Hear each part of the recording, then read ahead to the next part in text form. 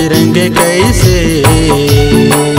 देवी के रूप धरे। कैसे बजरंग कैसे देवी के रूप धरे।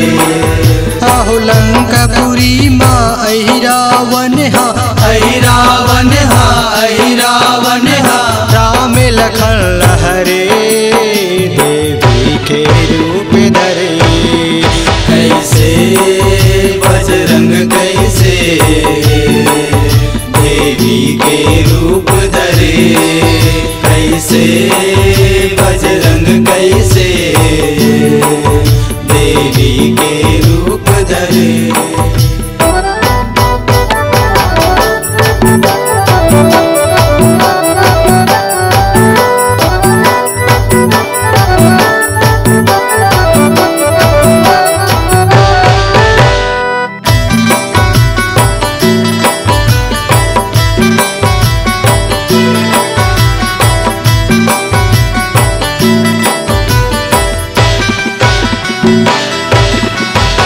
लंकापुरी के राजा रावण सीता लहर के लाए।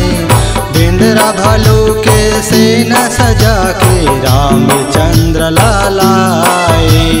रामचंद्र लाए हनुमत रामचंद्र लाए। बच गई लड़ाई सुन मोरे भाई दानव दल अकुलाए। फिर के योद्ध संझा के बेरा किया अपन जमाए। किया अपन जमाए हनुमत किया अपन जमाए। रतिह के बेरा लंकापति हा, लंकापति हा, लंकापति हा। छल बल ऐसे करे देवी के रूप धरे। कैसे बजरंग कैसे देवी के रूप धरे। कैसे बजरंग कैसे देवी के रूप धरे।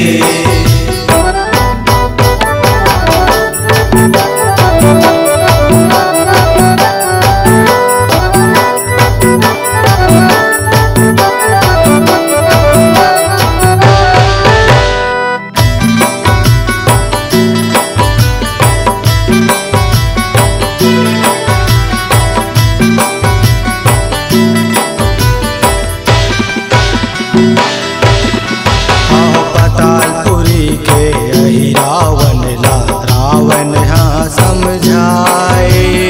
पाताल चंडिल बलि चढ़ाए रामचंद्र लाला के। रामचंद्र लाला के हनुमत रामचंद्र लाला के। इति हनुमंता पूछे लमा के मिठे रे हावे बान के। रावण बोले सुन के दानव रण भुइया माँ के। रण भुइया माँ के हनुमत रण भुइया माँ के। विभीषण के रूप लधर के, रूप लधर के, रूप लधर के। अग्नि हवन करे देवी के रूप धरे। कैसे बजरंग कैसे देवी के रूप धरे। कैसे बजरंग कैसे देवी के रूप धरे। देवी के रूप धरे। देवी के रूप धरे। देवी के रूप